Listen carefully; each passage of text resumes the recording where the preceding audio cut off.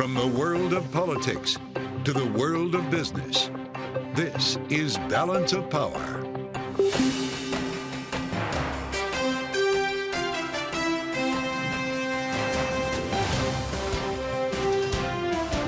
Live from Washington, D.C. From Bloomberg's Washington, D.C. studios to our TV audiences worldwide, welcome to Balance of Power. Alongside Anne-Marie Hordern, I'm Joe Matthew. 6 weeks later, it appears the UAW strike against the big three automakers, GM, Ford, and Stellantis, is over. The union reaching a tentative deal with GM today, sources tell Bloomberg. President Biden making a big push on AI, signing a sweeping executive order including security and privacy standards. We'll speak ahead with Lael Brainard, director of the National Economic Council. And a defiant Benjamin Netanyahu. The prime minister refuses to resign as the Israeli ground operation in Gaza intensifies. Jane Harman, chair of the Commission on the National Defense Strategy, will be with us. But, Joe, of course, we want to talk about what's going on in the AI space. Yeah. There's been a lot of talk about this. How should the United States regulate AI? China, the European Union, already ahead of that regulation. And the president coming out with an executive order, very sweeping, but also they're using a lot of leverage, aren't they, of companies they work with. Well, that's right. The government's the biggest customer of big tech. Let's listen to President Biden from earlier today. One thing is clear. To realize the promise of AI and avoid the risk, we need to govern this technology. We face a genuine inflection point in history. One of those moments where the decisions we make in the very near term are going to set the course for the next decades. All right, so the president there is clearly talking about, Joe, looking at ways that they are going to move forward for this and also saying Congress needs to act at some point. That's right. Which has yet to happen. It has yet to happen. We'd like to welcome our radio audiences now, as we are happy to bring in Lael Brainard, director of the National Economic Council. The AI executive order, Dr. Brainard, is broad and sprawling. The EU and China, they've already surpassed the United States in developing regulation. Give us a sense of how the administration plans to implement effectively this AI executive order in a timely manner. You know, I think this is actually the most significant effort to capture the benefits and manage the risks of AI in any country. It is, as you said, an executive order that is comprehensive in nature. It builds on the voluntary commitments of the leading producers of AI who are American, and it puts in place safeguards to make sure that artificial intelligence is safe, secure, and trustworthy so that we can take advantage of all those great benefits in terms of growth and productivity and better targeted solutions while managing the potential perils. Well, you're clearly paving the road on this, and you just said a couple of important things, including voluntary partners. And I wonder, Director, just so we understand, can any of this be enforced without Congress taking action?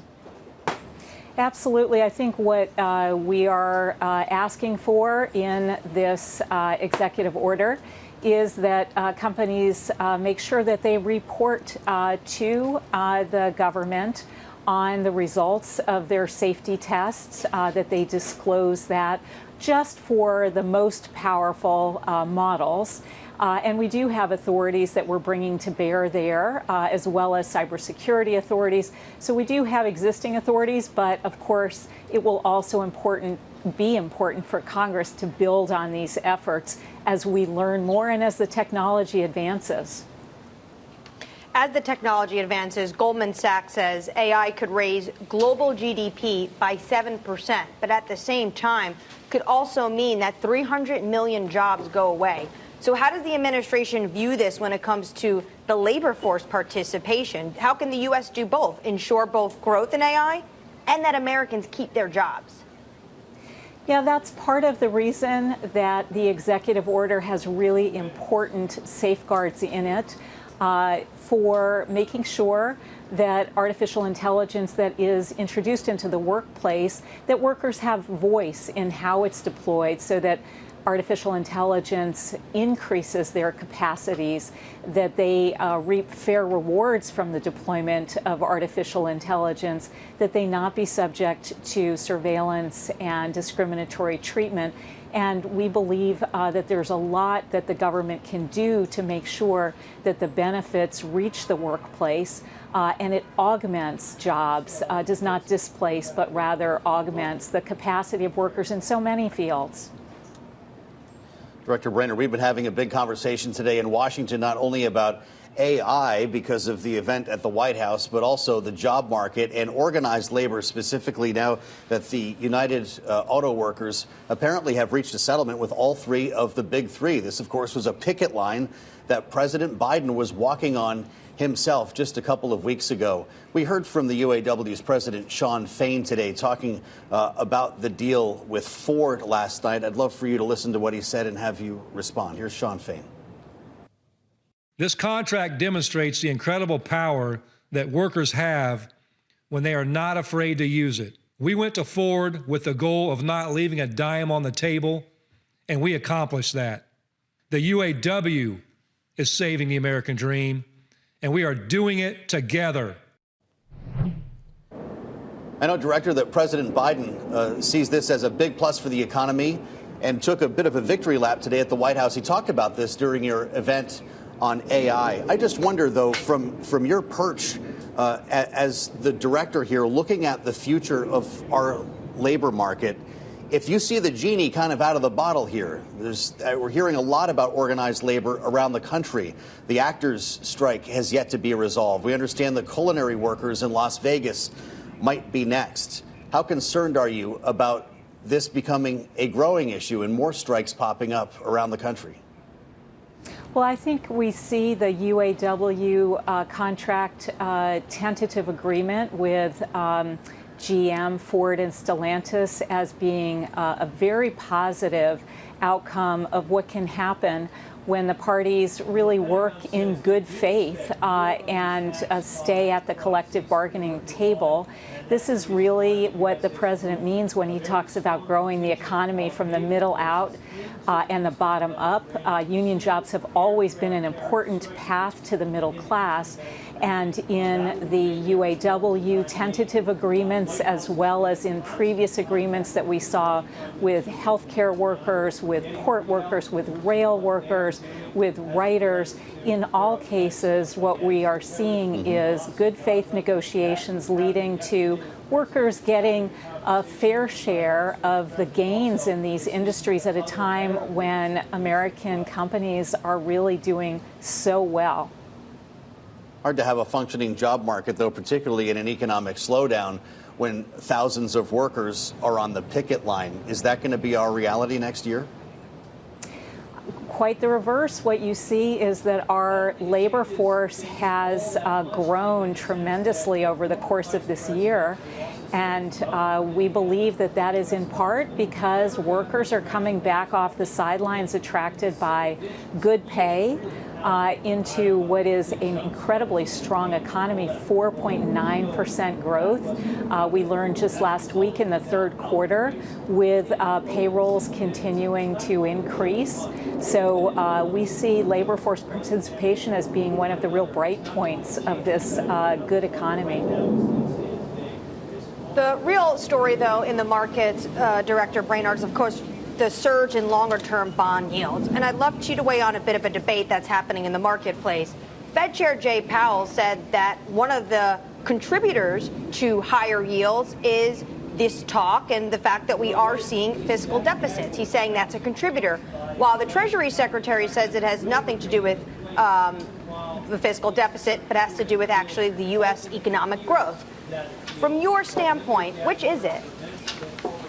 So, look, I think that all of these factors are contributors. When I talk to market participants, they talk about both technical factors, supply and demand changes, but they also talk about potential fundamentals. I think it's hard to say yet how much of that is contributed by, for instance, higher productivity, stronger growth, that higher productivity attributable to investments in the supply side of our economy that are associated with the CHIPS and Science Act, the Infrastructure Act, the clean energy provisions of the Inflation Reduction Act. And also, we've been talking about AI and the potential that it may also be contributing. But of course, we need to be working on fiscal responsibility. We had an important agreement just in June that brings the deficit down by $1 trillion. We need to work together, Republicans and Democrats, to be fiscally responsible into the future. With that said, we'd love to hear from you, lastly, Director, on deficits, something that President Biden talked quite a bit about over the past 2 years and took quite a bit of credit for lowering the deficit. We, of course, heard quite recently that the government's deficit increased 23% in 2023 as lower income tax receipts dragged down revenue and interest rates kept rising. Is that going to be our new reality now, and how worried should investors be about that? Well, look, the deficit has come down by $1 trillion under President Biden. He signed the Fiscal Responsibility Act to bring spending down by an additional $1 trillion over the next 10 years. But you're right that reduced revenues that were associated with the business side of the Trump tax cuts, the tax cuts for the wealthy under the previous president, those have really brought revenues down as a percent of the economy relative to where they've been historically. So we need to get that back up. Most Americans support that. They'd like to see a fair tax system, and there's plenty of opportunity just to bring those taxes back slightly more in line with historical levels. We appreciate your spending some time with us, and say hi to the trick-or-treaters out there in the White House driveway. National Economic Council Director Lael Brainard with us on Bloomberg TV. Thank you. Coming up, House Republicans unveil their plan for aid to Israel. Democratic Congressman from Massachusetts, Seth Moulton, will join us. It's next on Balance of Power on Bloomberg TV.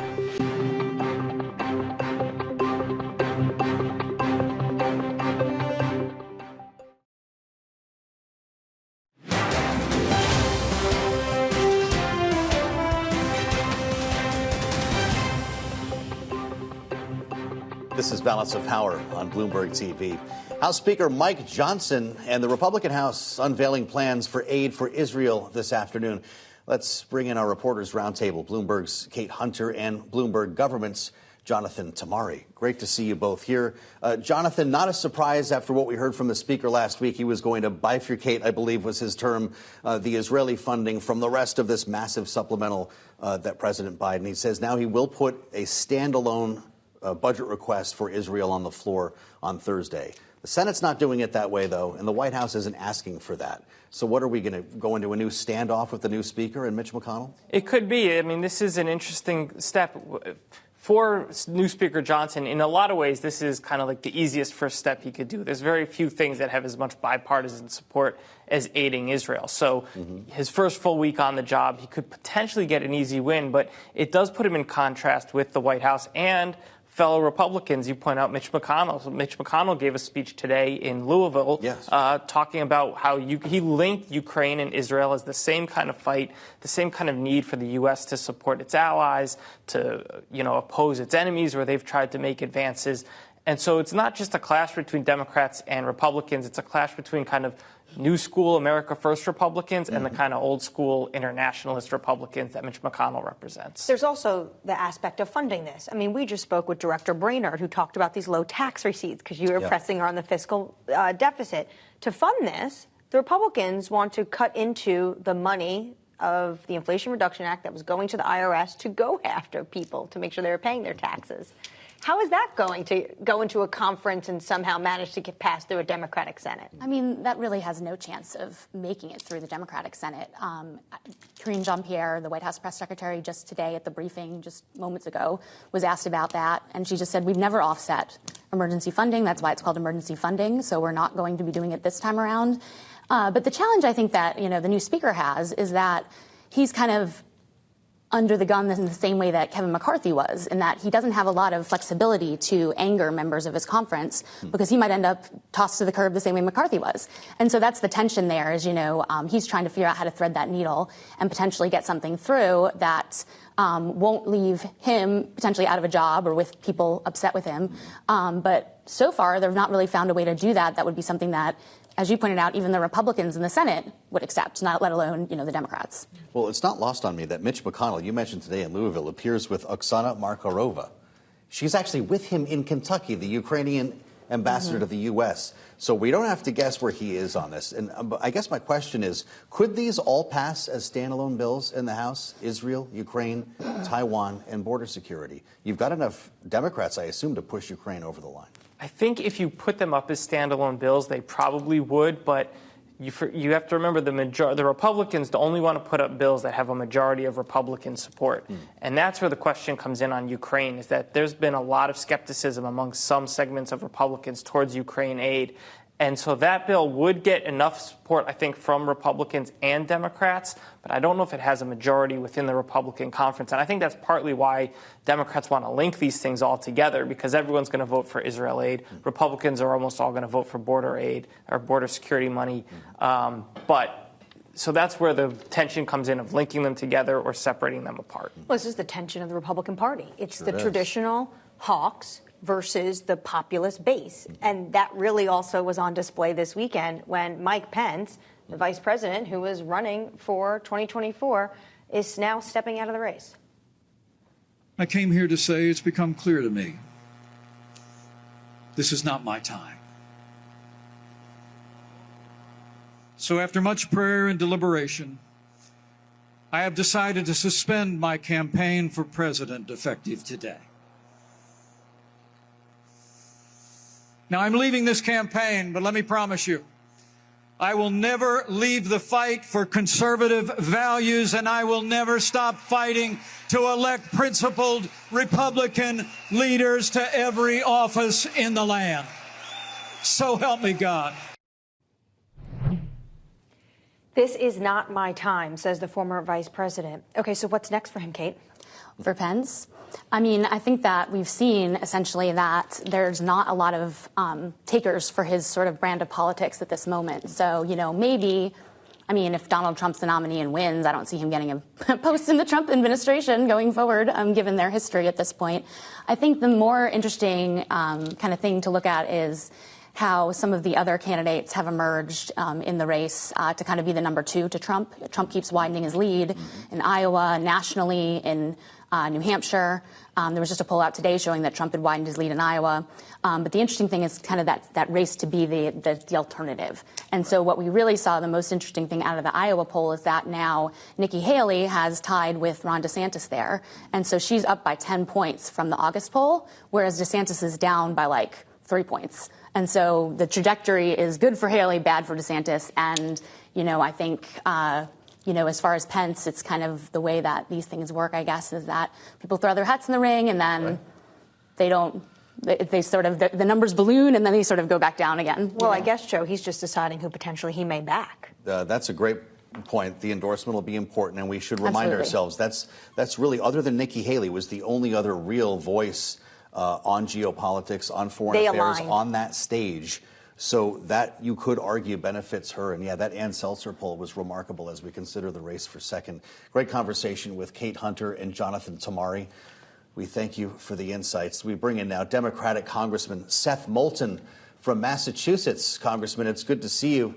As you join us from Salem, I hope you're gearing up for a big holiday this week. I want to start with the new Speaker of the House, Mike Johnson. He's talking about funding for Israel, and I know this is something that you've spoken passionately about. He wants this to be handled on a standalone basis. Here's what he told Fox.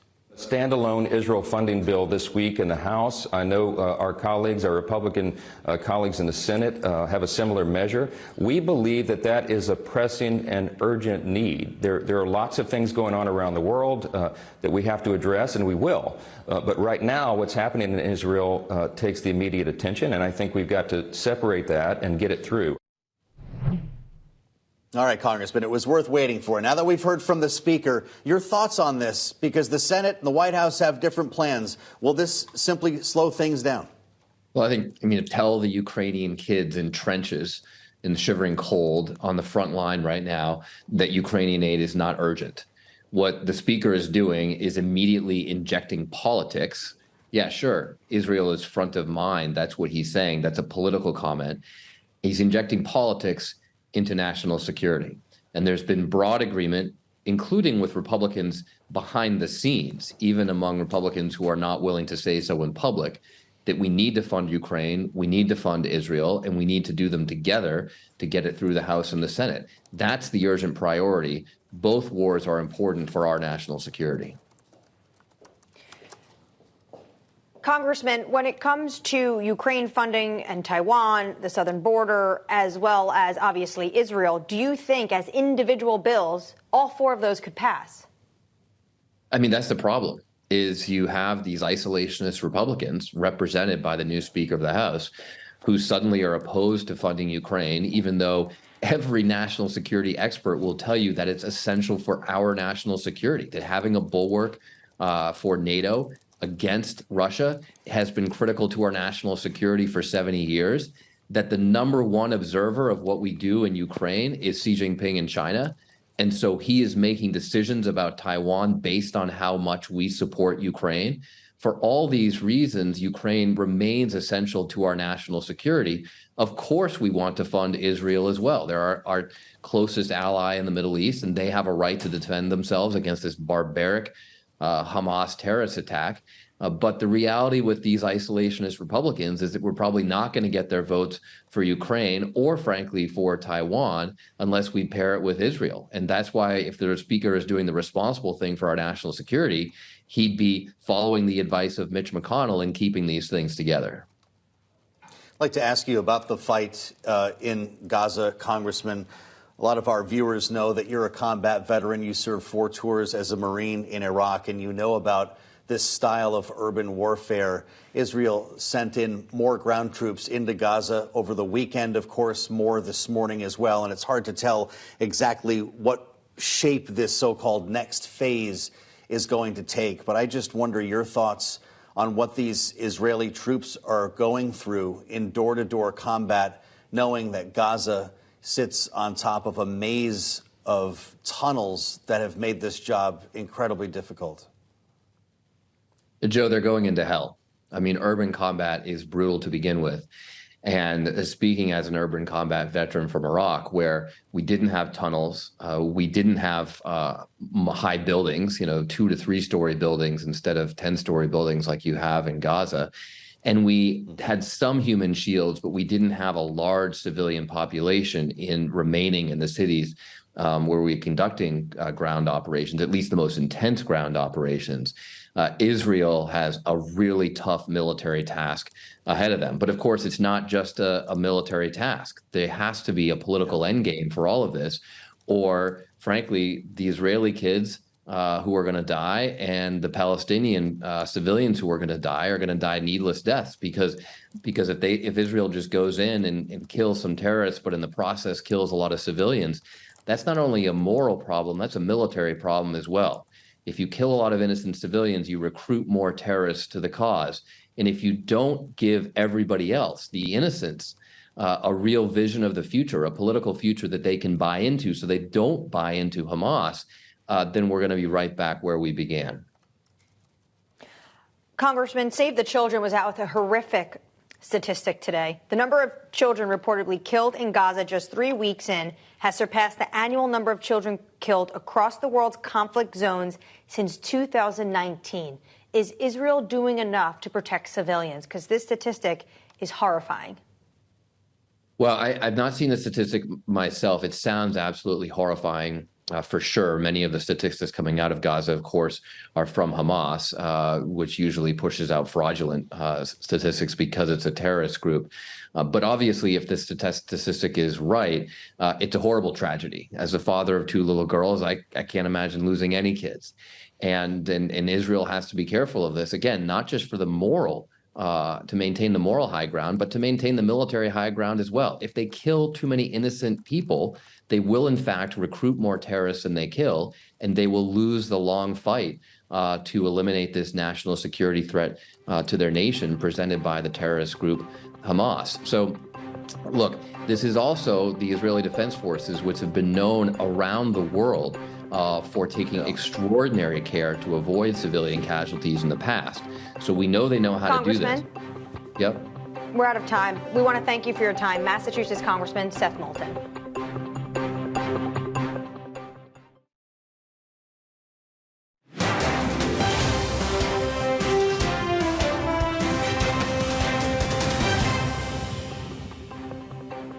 This is Balance of Power on Bloomberg TV. Israeli Prime Minister Benjamin Netanyahu vowed today there will be no ceasefire with Hamas as Israel intensified its ground operation in Gaza. We're joined now by Jane Harman, chair of the Commission on the National Defense Strategy and former Democratic Congresswoman from California. Thank you so much for joining us, Congresswoman.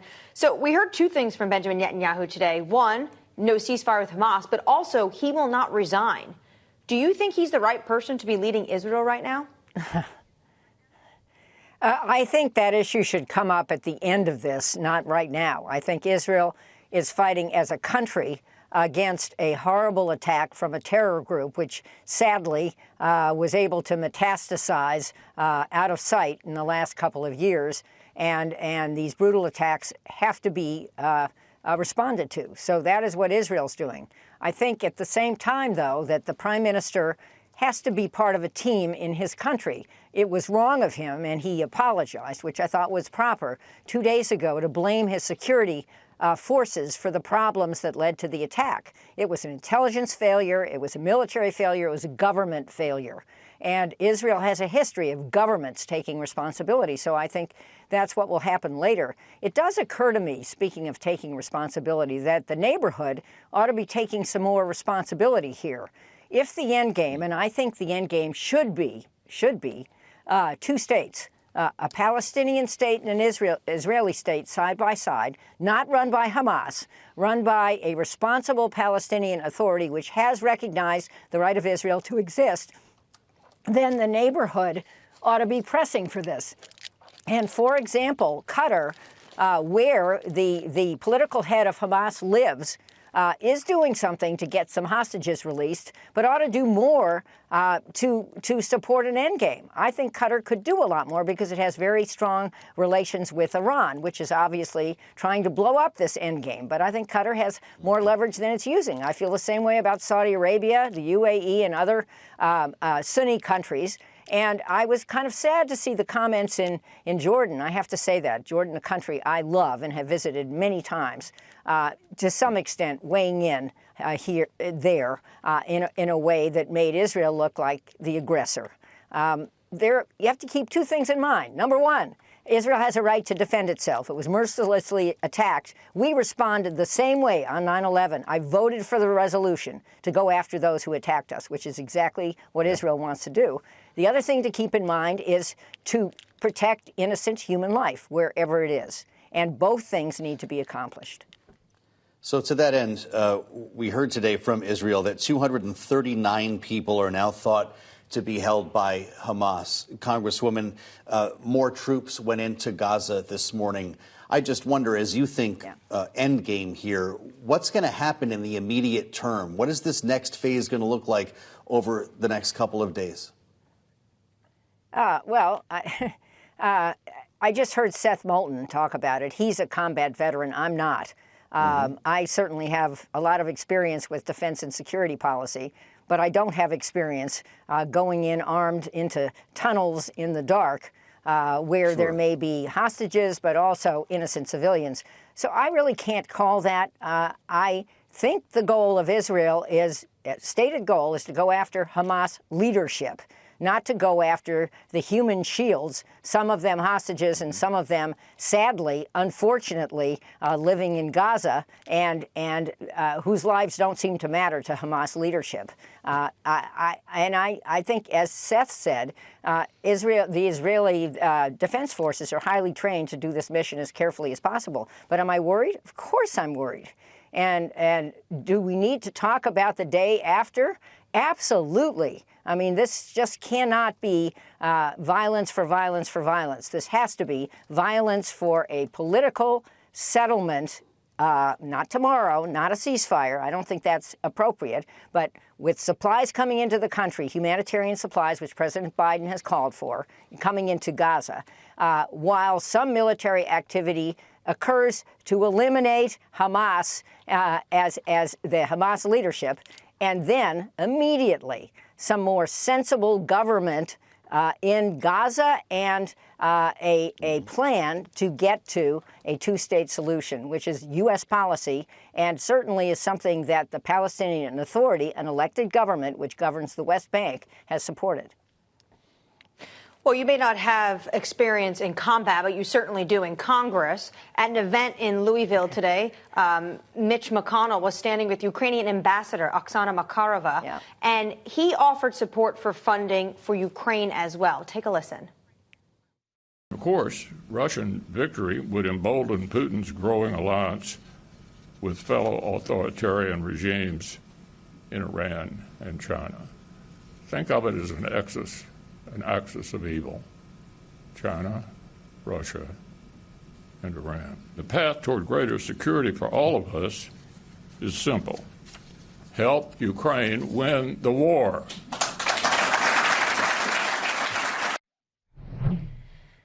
Senate Minority Leader McConnell wants a big aid package. He agrees with the White House. He's looking at power dynamics around the world. But Speaker Johnson is just going to put the Israeli aid on the floor. Do you see individual bills being passed? I think that's a hard slog. I think Israel may be top of mind right now, but Ukraine is top of mind, too. Mitch McConnell is an experienced deal maker. Deals get done the way he's talking about it. 3 countries plus the border is the right aid package. It's what President Biden also supports. What I worry about is that the House will play tit for tat. We're going to offset here. We're going to make you cringe there. And what will get lost, possibly, is aid for Israel. I don't think so. But aid for Ukraine. And Mitch McConnell is exactly right, and so is the brave and wonderful Ukrainian ambassador to the U.S., that this is an existential threat for the West, not just for Ukraine. If Russia isn't stopped here, Russia won't be stopped. And we can't withdraw support as the winter dawns in Ukraine. And our allies in Europe and NATO, which has been repurposed by all this, are counting on us to do our share. U.S. leadership is being tested everywhere. I think President Biden has stepped up very well, and I think Mitch McConnell stepped up today. And I hope that the new Speaker of the House will also step up. He does understand some of these foreign situations. He's not as experienced as they are, but the right move, my view, is to set up a fiscal commission, which I understand he was supportive of, I hope he still is, to deal with these budget problems. We do need a balanced budget. We do need a responsible spending policy. But let's not do it on the backs of the Ukrainians who urgently need help that we have promised them. Jane, thank you. Jane Harman, chair of the Commission on the National Defense Strategy, former Democratic Congresswoman from California. It's always our pleasure to spend some time. Coming up, the UAW strike against the big 3 automakers appears to be ending. Bloomberg's Katie Lyons with us. The details next. This is Balance of Power on Bloomberg TV.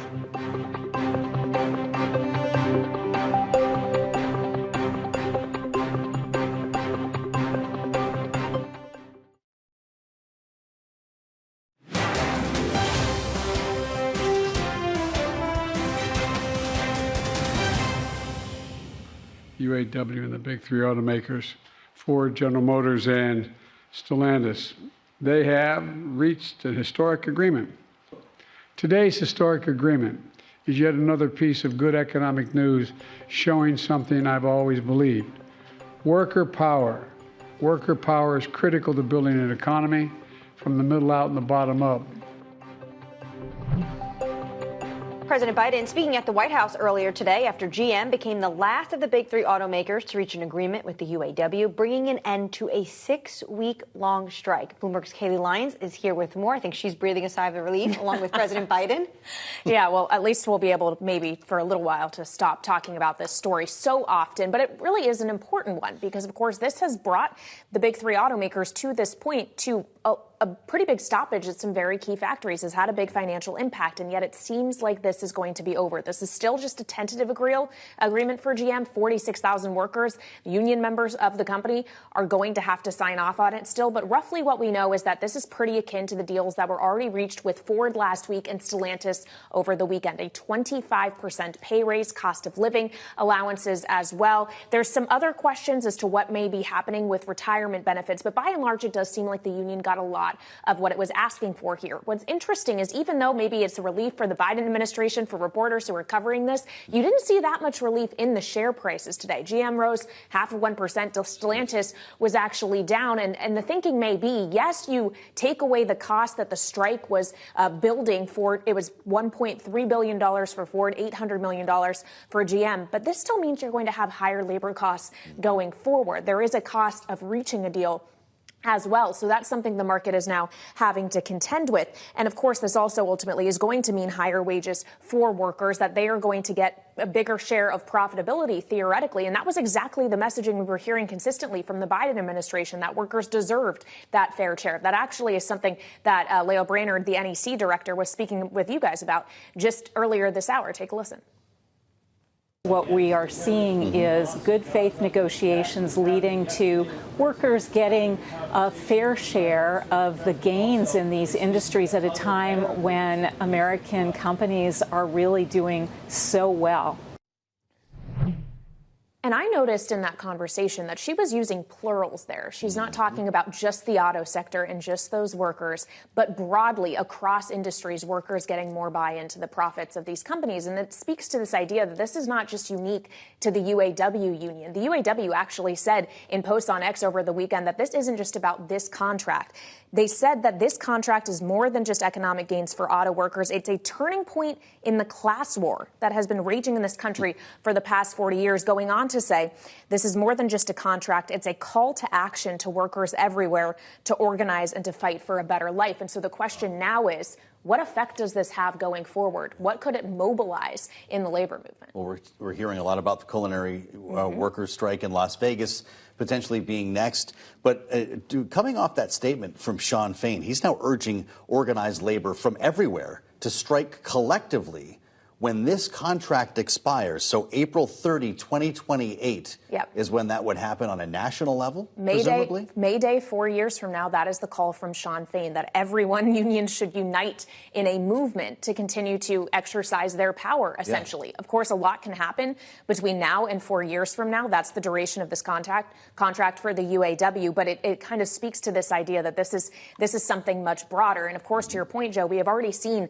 a lot of strike activity. There was a Teamsters deal that was reached with UPS. There was a Kaiser strike action as well. We've seen a deal with the writers in Hollywood, not yet the actors, to your point, and you could still see more activity going forward. The whole idea being workers do have some leverage in this moment because there has been a shortage of labor. There has been high inflation, which raises the cost they're dealing with, so they demand more compensation. And because of the labor dynamics, companies are having to give a little bit more. I guess it's just a question of how long this moment of leverage realistically can last. Right. We called it a hot labor summer. Seth Harris, who we're all familiar with, said it wasn't. But it does feel like it's a hot labor now autumn. This isn't stopping when you look at what's going on in Las Vegas. I was also interested in what David Welch reported in terms of Ford, or maybe it was GM, excuse me, about the electric vehicle plant. Yeah. One of those was included. This must have been a huge win for the UAW. Yeah, well, the EV transition was a huge part of this. This wasn't just about compensation and benefits. It was the idea that the role of the worker of an auto company could be very different going forward as they make this transition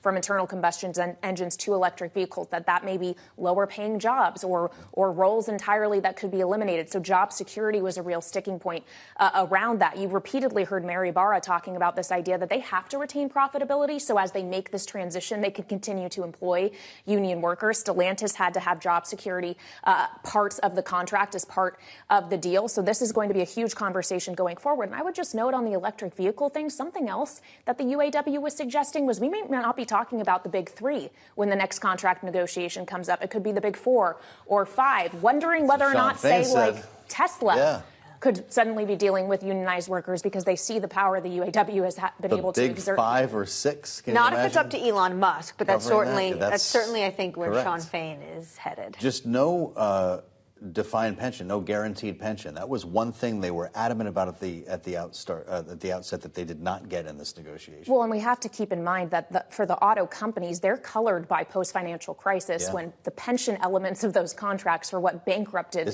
companies like GM ultimately. So that was a really difficult point in these negotiations. Fascinating to see what actually ended up in these deals. Bloomberg's Kaylee Lines, thank you for walking us through it. Coming up, the Republican field for president 2024 narrows and Nikki Haley rises. Rick Davis of Stone Court Capital is with us next on Balance of Power on Bloomberg TV.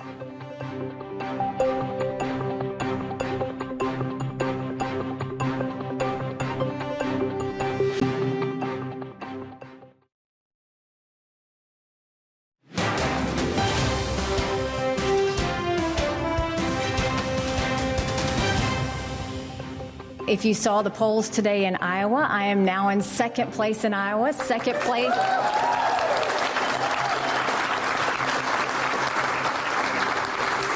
We are now second place in New Hampshire. We are now second place in South Carolina. I got one more fella I got to catch up to, and I am determined to do it. We'll get it done.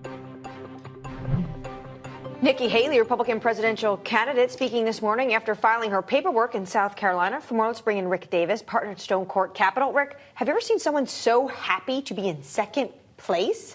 Yes, John McCain when he was in second place. I'm good at second places. She should be happy. I mean, honestly, she hasn't even been that committed to Iowa. And the Des Moines Register poll that just came out that you were alluding to, has her tied with DeSantis, who literally has hundreds, if not thousands, of operators working in the state of Iowa and devoting $100 million of his super PAC treasury to that one state. She barely is doing any of that, and she now is tied with him. She went up 10 points, and he came down 3. So, she's on the right trajectory. Absolutely right. He came down, and now it's, potentially a couple of percentage points that once belonged to Mike Pence. I'm curious your thought on the former vice president leaving the race as really the only other voice of foreign policy experience on that stage, which is why maybe some were thinking he might endorse Nikki Haley, and maybe he will, Anne-Marie. But what does it tell us when Mike Pence bows out before Iowa? Well, it does shine more of the spotlight on Nikki Haley for the issue reasons that you just talked about. We're in a shooting war in the Middle East. You want to hear, the public does anyway, more and more from American politicians as to what is our point of view, what is our interest there, what are our values there that are at risk? And Nikki Haley has been the only one talking about it. Donald Trump tried. He was kind of siding with Hamas and, beating up on the Israelis. And so the fact she called him out at the RJC. She called him out at the RJC for that. So the bottom line is if this turns into a national security debate in the Republican Party, and she's the upcoming challenger to Donald Trump, that couldn't be a better situation for her. Well, Will Hurd dropped out and did endorse her. At some point, Mike Pence is likely going to throw his weight behind someone. If you were advising him, how should he be looking at this moment? Does he maybe want to get back into government? Sure. Is there someone in this I don't think he'd ever want to get back into government. He's held the number 2 job. There's only one more job that would be a promotion, not a demotion. And so I think the presidential ambitions are done with him. He has said very clearly when he withdrew from the race this weekend that he was going to remain, a conservative voice in the party to, be able to try and promote leadership that'll bring the party to the right place. And that is not Donald Trump, right? That's just code for him for saying it's anybody but Trump. And I wouldn't be surprised that he does an endorsement. I think he'd do it at a more strategic time. He probably is looking for opportunities to make an impact on this race. And, who knows when and who that will be for. Let's hear from Nikki Haley over the weekend. Again, this was the RGC, the Republican Jewish Coalition, where all the candidates, including Donald Trump, spoke, and she had the former president in mind. I've always been the underdog. I enjoy that. It's what makes me scrappy. But no one's going to outwork me in this race. No one's going to outsmart me in this race. It is slow and steady wins the race, but you win it based on relationships. You win it based on touching every hand, answering every question, and earning the trust of the American people. So you're advising Nikki Haley at this point of the conversation, now that you've advised Mike Pence. How does she seize on the moment here in Iowa and potentially a follow-up in New Hampshire? Because I imagine this is going to be a pretty short window of time that she has. Yeah, first of all, I'm not advising anybody but you. Fair enough. Our viewers. We love you for it. And your viewers. Look, I mean, Nikki Haley had a strategy that was not unlike John McCain's in 2008, which was plant your flag in New Hampshire, let everybody battle it out in Iowa, and be there ready to challenge Donald Trump, in a state that independents vote at high numbers, that, are much more moderate than what Donald Trump's typical supporters would be. And then she finds herself today waking up going, holy smokes, I'm competitive in Iowa. What do I got to do about that? That could be a smokescreen, right? You got to be careful not to spread yourself too thin. You only have a certain number of days that you can be in a state. You only have a certain amount of money that you could spend. And I think, the ideal situation for her is that there were going to be others that would be competitive with Trump in Iowa. That would have been Ron DeSantis, but that doesn't look like a very good strategy. So she may wind up having to spread herself a little thin and compete in Iowa, but at the same time really look to knock off Donald Trump in New Hampshire, if that's going to happen at all. Well, let's hear from the man she's now competitive with. Florida Governor Ron DeSantis appeared on Meet the Press over the weekend and spoke about how Trump's legal troubles have given him a boost. I think that had Alvin Bragg not politicized this back in April, I think probably the primary would be looking different. I mean, I think that gave the former president more support. I think people felt that he was being treated unfairly, which he was in that circumstance. I've seen him once again attack Trump, but then also back him. What is the strategy at this moment? And Marie, it is not lost on most people who are observers of politics in America that Donald Trump's rise not only corresponded to his legal problems, but to the demise of Ron DeSantis' campaign. He went from tied with Donald Trump around 40% to where he is now around 15%. So that vote had to go somewhere. And if they thought so much about Ron DeSantis, they would have stayed at home. So in the exit interview, the governor of Florida will say, it's the judge's fault? Well, he'll blame everybody but himself. I think that's the typical politician's reaction. Fascinating as always. Seriously. It's unbelievable, isn't it? Well, yeah, we've still got weeks before we get to Iowa, Anne-Marie. I don't know how this is going to work out between now and then. But Rick Davis, great conversation. Stone Court Capital and Bloomberg Politics contributor. We thank you as always. Check out the Washington Edition newsletter on the terminal and online. Thanks for joining us on Balance of Power. This is Bloomberg, and we'll see you right back here tomorrow.